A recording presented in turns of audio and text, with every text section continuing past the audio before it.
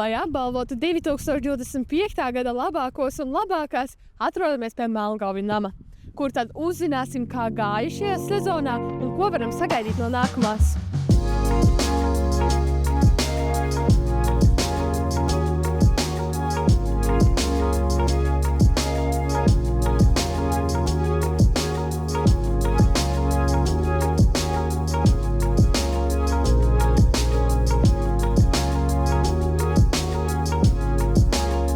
Prieks jūs redzēt šādā nozīmīgā un skaistā pasākumā. Varbūt varat man nedaudz pastāstīt par iespējām 2025. gada sezonā. Gads bija dažādīgs, bet galvenais, ka pilnvērtīgs, ka bija kas vēl decembrī, vēl janvārī, ziemas posmā notika, kā Eiropas līga, pēc tam Anglijas spēle ar to sākās, pēc tam viss turpinājās ar sezonu ar Eirokausiem, arī ar sieviešu futbola panākumiem, protams, kas viss bija līdzās. Visa gada laikā visstabilākā laikam vērtība 2025. gadā. Un gads tiešām bija tāds raibs, skaidrs, ka ar mazumiņa piegaršu pietrūka Eirokausa ūdens, pietrūka varbūt vairāk arī uzvaru nacionālajai izlasē. Taču to atstāsim uz jau šo gadu, kas atnāca. Daudz dažādas uzvaras, bet es personīgi varētu pateikt, ka šis noteikti bija sieviešu un meiteņu futbola gads. Tik daudz, cik viņas sagādāja pozitīvu rezultātu, tik daudz Latvijas futbola vēsturē tiešām nebija bijis.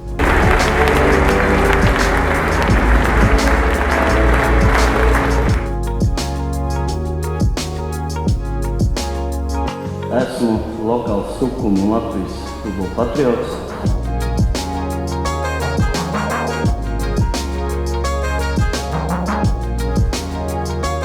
Es saprotu, ka Gabriela Andersona pat nevarēja, diemžēl, ierasties, kā viņai pārgāja 2025. gada sezonu. Pirms futbola laukuma mums sanāk tā, ka mēs pa lidostām lidojam, un tas neredzamā daļa ļoti bieži sanāk gaidīt Gabrielu, jo viņa vienīgā mums, kas nav pilngadības sasniegusi. Nedaudz arī uztraukums, kā tad būs pašai jaunākajai futbolistei būt nacionālā izlasē, un viņa, manuprāt, ar šo pienākumu ir tikus galā izcili.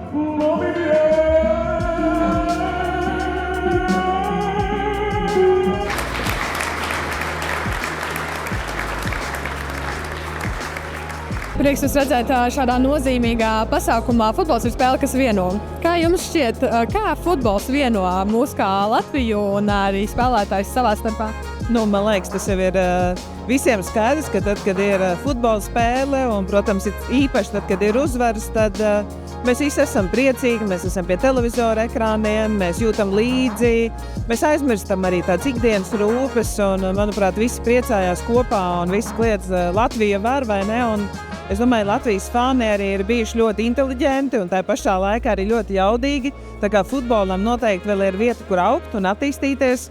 Mans sapnis ir arī, ka mums būtu Latvijas futbola stadions, nacionālais stadions, jo es domāju, tā ir arī mūsu vizītkarte, tā ir arī tāda mūsu spēja parādīt, ka tas sports, kas patiesībā ir lielākais sports šobrīd Latvijā, ar kuru arī nodarbojas visvairāk bērnu, mums ir svarīgs.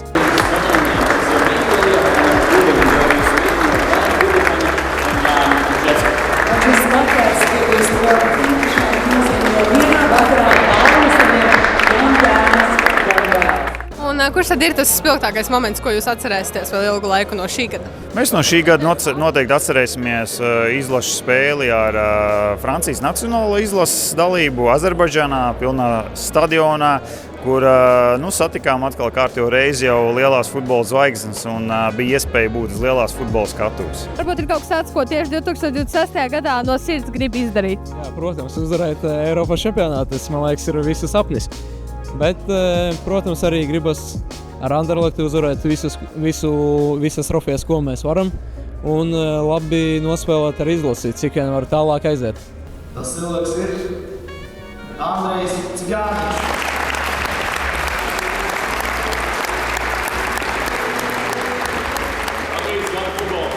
Bērnībā spēlējot futbolu ar puišiem pagalmā nekad nebiju domājis, kā saņemšu šādu balvu. Prieks redzēt šādā pasākumā, prieks par saņemto balvu. Kādas tad pašam sajūtas par 2025. gadu? Labas sajūtas.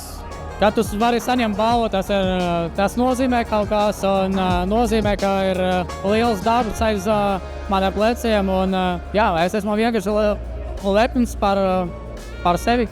A little wish for the next 2026 season. I would like to continue our project, our process. Our target is an idea, and this idea is also our target to improve, to keep going. Vairāk kopības ar mūsu futbolā, tas ir tāds būtiskākais novēlējums, tīpaši šajā gadā, kad vēl lielāks raibums, vēl lielāki izaicinājumi katrā futbola jomā, disciplīnā. Kopumā vienmēr ir jāstādā visaugstākos mērķus, jāspēlē labi Eurokausa čempionātā. Un mans personīgais uzdevums būtu labi tikt nacionāla izlase. Mēs gribam pārsteigt Portugāli, Somiju un Slovākiju. Mums gaida priekšā lielas uzvaras. Mums ir spēle pret Horvātiju, Grūziju un Franciju.